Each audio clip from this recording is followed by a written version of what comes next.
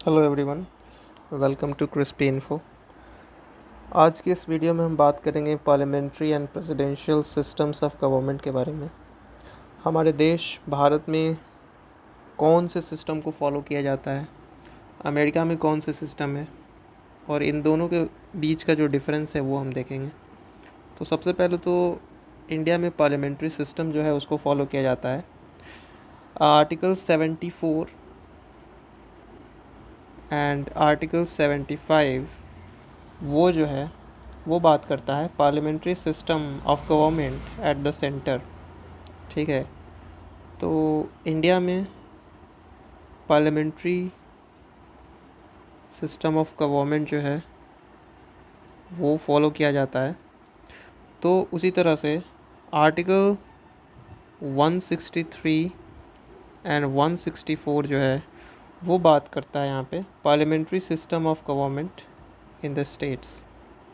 ठीक है, तो स्टेट्स में जो है वो पार्लियामेंट्री सिस्टम ऑफ गवर्नमेंट होगा। तो सबसे पहले तो पार्लियामेंट्री सिस्टम ऑफ गवर्नमेंट क्या होता है इसके बारे में हम देखेंगे।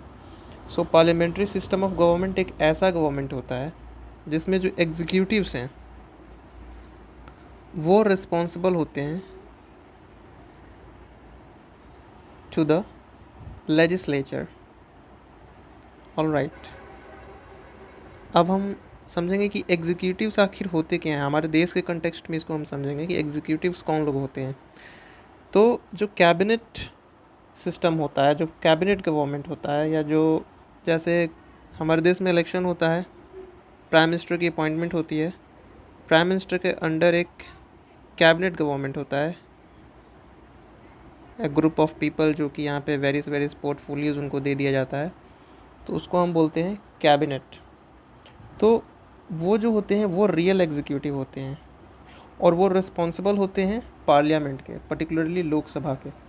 ऑल राइट, सो अगर हम प्रेसिडेंशियल सिस्टम के बारे में बात करें तो वहाँ पे एग्जीक्यूटिव जो होते हैं वो रिस्पॉन्सिबल नहीं होते हैं लेजिस्लेचर के, क्योंकि बहुत सारे पॉलिसीज़ जो होते हैं या एक्ट होते हैं वो अपना लेजिस्लेचर खुद का तय करता है और जो एग्जीक्यूटिव है वो खुद का तय करता है। तो there is a clear distinction between executive and legislature in presidential government. ये दोनों एक दूसरे से इनका कोई मतलब नहीं रहता, लेकिन पार्लियामेंट्री गवर्नमेंट में एग्जीक्यूटिव जो है वो रिस्पॉन्सिबल होते हैं to the legislature. All right, अब हम समझेंगे यहाँ पे parliamentary system and presidential system के बीच का जो डिफरेंस है वो क्या है। तो सबसे पहले तो इसके फीचर्स के बारे में हम बात करेंगे। फीचर्स स्टार्ट करते हैं। सबसे पहले डुअल एग्जीक्यूटिव। तो जो एग्जीक्यूटिव है वो यहाँ पे डुअल होगा, मतलब कि दो तरह के एग्जीक्यूटिव्स होंगे। एक तो होगा नॉमिनल, ठीक है, और एक होगा रियल। अब नॉमिनल के बारे में बात करें इंडिया में, तो नॉमिनल एग्जीक्यूटिव में हम प्रेसिडेंट को बोल सकते हैं। प्रेसिडेंट जो होते हैं they are the president is the nominal executive, मतलब वो जो होते हैं वो डी ज्योर हम इनको बोल सकते हैं। ओके, रियल नहीं है ये। और रियल एग्जीक्यूटिव में हम प्राइम मिनिस्टर को बोल सकते हैं जो कि यहाँ पे डी फैक्टो है। ऑल राइट, तो जो प्रेसिडेंट होते हैं वो हेड ऑफ़ द स्टेट होते हैं, लेकिन जो प्राइम मिनिस्टर होते हैं वो हेड ऑफ़ द गवर्नमेंट होते हैं। तो प्रेसिडेंट तो हेड ऑफ़ द स्टेट होते हैं, all right, head of state, लेकिन प्राइम मिनिस्टर जो होते हैं वो होते हैं head of government. All right, तो इंडिया में डुअल एग्जीक्यूटिव फॉलो किया जाता है, लेकिन यहाँ पे प्रेसिडेंशियल सिस्टम में जो है वो यहाँ पे सिंगल एग्जीक्यूटिव फॉलो किया जाता है। ऑल राइट, सिंगल एग्जीक्यूटिव, जहाँ पे सिर्फ होता है प्रेसिडेंशियल फॉर्म ऑफ गवर्नमेंट और ये खुद से जो है वो यहाँ पे रूल करते हैं। ऑल राइट, उसके बाद है मेजॉरिटी पार्टी रूल। तो अगर हम पार्लियामेंट्री सिस्टम के बारे में बात करें तो यहाँ पे मेजॉरिटी पार्टी रूल होता है, मतलब जो भी यहाँ पे लोकसभा में सबसे ज़्यादा सीट लेके आता है वो गवर्नमेंट बनाती है वो पार्टी। ऑल राइट, और जो लीडर होते हैं उस पार्टी के वो यहाँ पे अपॉइंट किए जाते हैं एज द प्राइम मिनिस्टर, और वो अपॉइंटमेंट कौन करती है? President. All right, on the advice of the काउन ऑन द मतलब और भी मिनिस्टर्स होते हैं, उनकी भी अपॉइंटमेंट होती है, तो उनको भी यहाँ पे अपॉइंट किया जाता है on the advice of prime minister. तो यहाँ पे मेजोरिटी पार्टी रूल के बारे में हम यही समझेंगे कि जो सबसे ज़्यादा सीट लेके आता है वो यहाँ पे लोकसभा में, वो उसको यहाँ पे सरकार चलाने का मौका मिलता है, और उसी के जो हेड हैं उसको प्राइम मिनिस्टर बना दिया जाता है। All right. लेकिन प्रेसिडेंशियल सिस्टम में जो प्रेसिडेंट होते हैं और लेजिस्लेटर्स होते हैं वो they are elected separately for a fix term. All right. तो प्रेसिडेंट का जो सिलेक्शन होता है वो यहाँ पे 4 साल के लिए होता है, लेजिस्लेचर बिल्कुल अलग होते हैं। तो that is the thing. Collective responsibility के बारे में देखेंगे ये क्या होता है। तो जैसे कि हमने बताया कि पार्लियामेंट्री गवर्नमेंट का ये बेडरॉक प्रिंसिपल है, ये आधारशिला है कि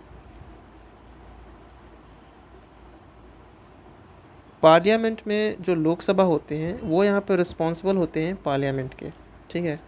सो लोकसभा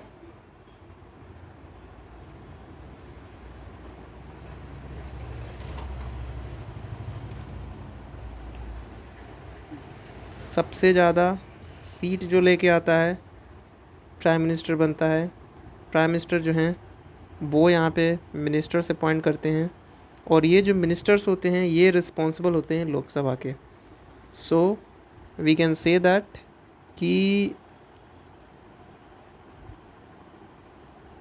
जो काउंसिल ऑफ मिनिस्टर्स होते हैं, ठीक है, वो यहाँ पे रिस्पॉन्सिबल होते हैं लोकसभा के। तो that is the collective responsibility. Okay.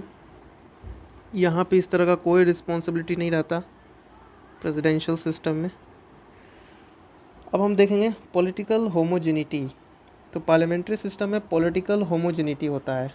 तो यूजुअली जो मेंबर्स होते हैं काउंसिल ऑफ मिनिस्टर्स के वो बिलोंग करते हैं किसी खास पॉलिटिकल पार्टी के, और वो एक ख़ास आइडियोलॉजी लेके आते हैं। और अगर कोलिशन गवर्नमेंट हो गया तो वो भी जो होते हैं वो यहाँ पे बाउंड होते हैं कि भाई उनका जो आधार है, उनकी जो आइडियोलॉजी है वो भी मैच होनी चाहिए। तो एक तरह से हम बोल सकते हैं कि पॉलिटिकल होमोजेनिटी है, किसी तरह का यहाँ पे कन्फ्लिक्ट नहीं होता।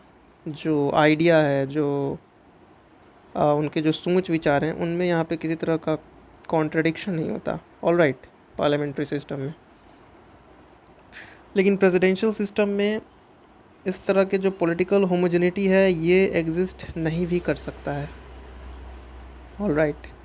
क्योंकि वहाँ पे कुछ काउंसिल ऑफ मिनिस्टर्स जैसा कुछ है नहीं, तो वहाँ पे पॉलिटिकल आइडियोलॉजी जैसा भी कुछ नहीं होगा, क्योंकि काउंसिल ऑफ मिनिस्टर्स वही होते हैं जो खासकर किसी खास पॉलिटिकल पार्टी से बिलोंग करते हैं। All right. उसके बाद हम देखेंगे डबल मेंबरशिप। डबल मेंबरशिप का मतलब हुआ कि जो मिनिस्टर्स होते हैं वो मेंबर होते हैं लेजिस्लेचर एंड एग्जीक्यूटिव दोनों के। ठीक है। तो इसका मतलब हुआ है कि एक पर्सन जो है वो मिनिस्टर नहीं बन सकता जब तक उसको मेंबर ऑफ द पार्लियामेंट ना बनाया जाए। ठीक है। तो इसको बोल सकते हैं हम डबल मेंबरशिप, कि अगर जो मिनिस्टर है, अगर कोई मेंबर है वो अगर मिनिस्टर बनना चाहता है तो उसको जो है 6 मंथ्स के अंदर बनना पड़ेगा, मेंबरशिप लेना पड़ेगा। तो एक मिनिस्टर जो है वो मेंबर भी होता है, और वो मेंबर तभी बनेगा, एक मेंबर मिनिस्टर तभी बनेगा जब 6 मंथ्स के अंदर जो है उसको चुना जाए। ठीक है। अगर वो नहीं चुन पाता है तो फिर उसको जो है रिज़ाइन देना पड़ेगा। अगर कोई मेंबर है वो अगर मिनिस्टर बनना चाहता है या फिर पार्लियामेंट का मेंबर वो ना बन पाया तो फिर उसको रिज़ाइन देना पड़ेगा। All right. So that is called dual membership. वहाँ पे ऐसा कुछ है नहीं, single membership presidential form of government में ऐसा कुछ नहीं है। फिर हम देखेंगे लीडरशिप ऑफ प्राइम मिनिस्टर। तो प्राइम मिनिस्टर जो होते हैं वो लीडर होते हैं और काउंसिल ऑफ मिनिस्टर्स को लीड करते हैं, और एक तरह से सिग्निफिकेंट रोल प्ले करते हैं पूरे गवर्नमेंट को फंक्शन करने में। तो प्राइम मिनिस्टर जो होते हैं वो यहाँ पे लीडर होते हैं overall of the council of minister, और वही काउंसिल ऑफ मिनिस्टर जो है वो रिस्पॉन्सिबल होती है लोकसभा की। यहाँ पे जो है प्रेसिडेंशियल सिस्टम में डोमिनेशन ऑफ प्रेसिडेंट होता है। प्रेसिडेंट जो है वो यहाँ पे डोमिनेट करता है, वो जो चाहे वो कर सकता है, कोई जवाबदेही नहीं है उसको किसी काउंसिल ऑफ मिनिस्टर या लोकसभा या वहाँ के कोई भी लेजिस्लेचर से। Dissolution of lower house. तो पार्लियामेंट्री सिस्टम में जो है लोअर हाउस, जिसको हम इंडिया में लोकसभा भी बोलते हैं, वो डिज़ोल्व किया जा सकता है बाय द प्रेसिडेंट। और ये डिसोल्यूशन जब रिकमेंड करेंगे हमारे प्राइम मिनिस्टर तभी हो सकता है। तो दूसरे शब्दों में बोला जाए कि प्राइम मिनिस्टर जो है, अगर वो एडवाइस करते हैं प्रेसिडेंट को कि भाई आप भंग कर दीजिए लोकसभा एक्सपायरी होने से पहले ही, क्योंकि टर्म एक होता है, मान ले सपोज़ अगर प्राइम मिनिस्टर चाहे तो टर्म से पहले, टर्म कंप्लीट होने से पहले वो प्रेसिडेंट को बोल सकते हैं कि आप डिज़ोल्व कर सकते हैं, फ्रेश इलेक्शन करवा सकते हैं एक बार फिर से। तो एग्जीक्यूटिव जो है वो यहाँ पे इंजॉय करता है एक अनूठा पावर कि वो डिज़ोल्व करवा सके लोकसभा को। यहाँ पे कोई डिसोल्यूशन ऑफ लोअर हाउस नहीं होता, ठीक है। उसके बाद यहाँ पे फ्यूज़न ऑफ पावर है। जैसे हमने देखा कि जो एग्जीक्यूटिव होते हैं वो लेजिस्लेचर को कंट्रोल करते हैं, लेकिन यहाँ पे सेपरेशन ऑफ पावर है कि एग्जीक्यूटिव जो है वो लेजिस्लेटिव से बिल्कुल अलग होता है। इन दोनों के बीच कोई परस्पर संबंध नहीं है, लेकिन फ्यूज़न ऑफ पावर्स होते हैं यहाँ पे पार्लियामेंट्री सिस्टम ऑफ गवर्नमेंट में। मिक्सअप होता है, executive is responsible to the legislature. अब इसका हम मेरिट देख लेंगे कि आखिर पार्लियामेंट्री गवर्नमेंट क्यों प्रेफर्ड किया जाता है प्रेसिडेंशियल गवर्नमेंट के ऊपर, और हमारे देश ने क्यों इसको चुना। खैर वो तो एक अलग टॉपिक हो जाएगा कि हमारे देश ने क्यों चुना, लेकिन इसके कुछ मेरिट्स जो हैं ओवर प्रेसिडेंशियल सिस्टम उसको हम देख लेंगे। तो सबसे पहले तो harmony between legislature and executive. तो जो सबसे बड़ा एडवांटेज है पार्लियामेंट्री सिस्टम का, ये एक हार्मनी और कोऑपरेशन का रिलेशनशिप जो है वो यहाँ पे क्रिएट करता है लेजिस्लेचर एंड एग्जीक्यूटिव के बीच। क्योंकि इसमें डिस्प्यूट नहीं होता। लेजिस्लेचर जो एग्जीक्यूटिव होती है वो लेजिस्लेचर के लिए रिस्पॉन्सिबल होता है, तो किसी तरह का डिस्प्यूट नहीं होता। फ्यूज़न होता है, जैसे हमने देखा था यहाँ पे फ्यूज़न ऑफ पावर्स का फ्यूज़न होता है। तो एग्जीक्यूटिव जो है वो रिस्पॉन्सिबल होती है लेजिस्लेचर का, तो किसी तरह का डिस्प्यूट नहीं होता। लेकिन यहाँ पे कन्फ्लिक्ट होने के चांसेस होते हैं लेजिस्लेचर एंड एग्जीक्यूटिव में, क्योंकि इन दोनों का सेपरेशन होता है। लेजिस्लेचर अपना अलग ढंग से काम करता है, एग्जीक्यूटिव अपना अलग ढंग से काम करता है। ऑलराइट, फिर यहाँ पे हम रिस्पॉन्सिबल गवर्नमेंट के कंसेप्ट को समझेंगे कि यहाँ पे एक रिस्पॉन्सिबल गवर्नमेंट होता है। पार्लियामेंट्री सिस्टम में एक रिस्पॉन्सिबल गवर्नमेंट होता है। जो मिनिस्टर्स होते हैं वो रिस्पॉन्सिबल होते हैं पार्लियामेंट के अपने सारे कर्तव्यों के लिए, ठीक है। और पार्लियामेंट भी एक अलग तरह का कंट्रोल करता है अपने मिनिस्टर्स के ऊपर। जैसे कि बहुत सारे हमारे देश में क्वेश्चन आ रहे हैं, डिस्कशंस होते हैं, एडजर्नमेंट मोशन होता है, तो एक तरह से पार्लियामेंट भी कंट्रोल करता है अपने मिनिस्टर्स के ऊपर। और जो मिनिस्टर्स होते हैं वो रिस्पॉन्सिबल होते हैं पार्लियामेंट से, तो एक रिस्पॉन्सिबिलिटी गवर्नमेंट बनाती है। हालांकि ये स्टेबल नहीं होता, अभी हम नीचे देखेंगे कि डिमेरिट में इसका अनस्टेबल हो जाता है, लेकिन हम बोल सकते हैं कि रिस्पॉन्सिबिलिटी को ज़्यादा यहाँ पे प्रेफर किया जाता है, प्रेफरेंस दिया जाता है over the stability parliamentary form of government में। लेकिन प्रेसिडेंशियल फॉर्म में ये नॉन रिस्पॉन्सिबल गवर्नमेंट भी हो सकता है, ठीक है। हालांकि यहाँ पे स्टेबिलिटी ज़्यादा होती है।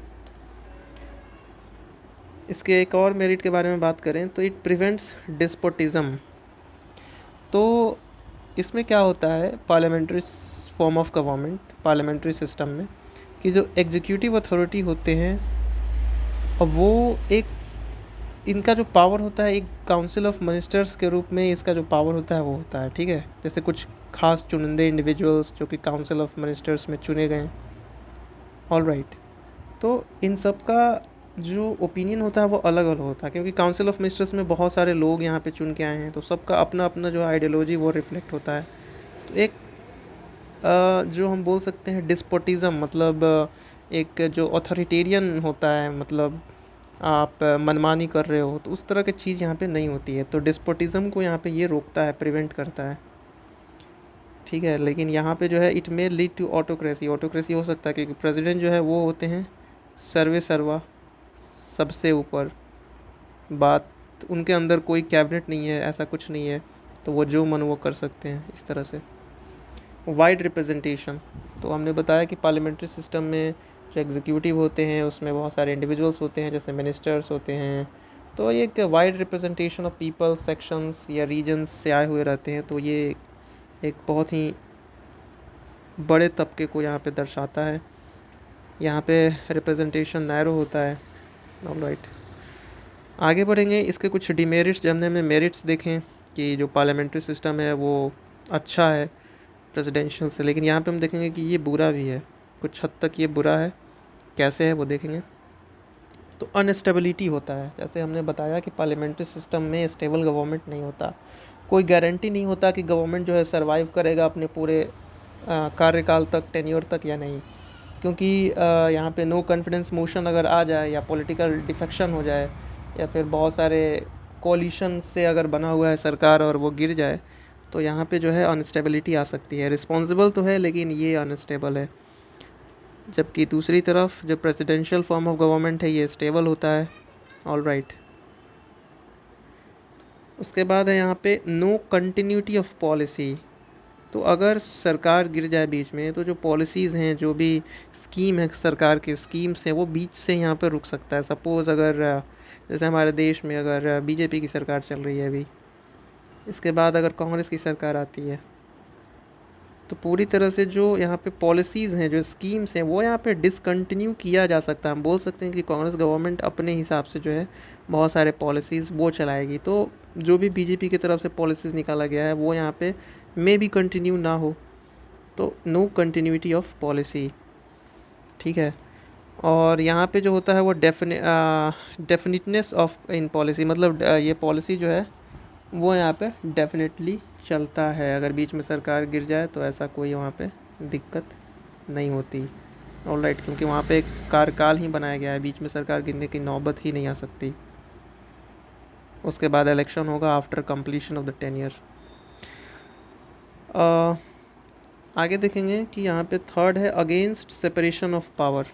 तो पार्लियामेंट्री सिस्टम ऑफ गवर्नमेंट है ये अगेंस्ट होती है सेपरेशन ऑफ पावर, क्योंकि हमने देखा ना कि लेजिस्लेचर और एग्जीक्यूटिव ये जो हैं साथ साथ हैं, they are inseparable, they are together. तो कैबिनेट जो होता है it act as the leader of the legislature as well as the executive. जबकि यहाँ पे सेपरेशन ऑफ पावर होता है प्रेसिडेंशियल फॉर्म ऑफ गवर्नमेंट में, यहाँ पे लेजिस्लेचर अलग काम करती है, एग्जीक्यूटिव जो है वो अलग काम करता है, और इस तरह से होता है। Then government by amateurs. तो बोल सकते हैं कि यहाँ पे जो मिनिस्टर्स होते हैं वो एक्सपर्ट्स नहीं होते हैं अपने फील्ड में। तो पार्लियामेंट्री फॉर्म ऑफ गवर्नमेंट में जो मिनिस्टर्स हैं वो एक्सपर्ट्स नहीं होते हैं, जबकि यहाँ पे government by experts, presidential form of government में जो लोग होते हैं, जो मिनिस्टर्स होते हैं, वो एक्सपर्ट होते हैं। ऑलराइट, तो these were some of the distinction between the two. Video काफ़ी लंबा हो जाएगा, इसीलिए इसको यहीं तक सीमित रखते हैं। आई होप आपको समझ में आया होगा। नहीं आया तो आप कुछ डाउट जो है वो आप पूछ सकते हैं, कमेंट बॉक्स में आपके लिए ओपन है। Thanks for watching, have a great day.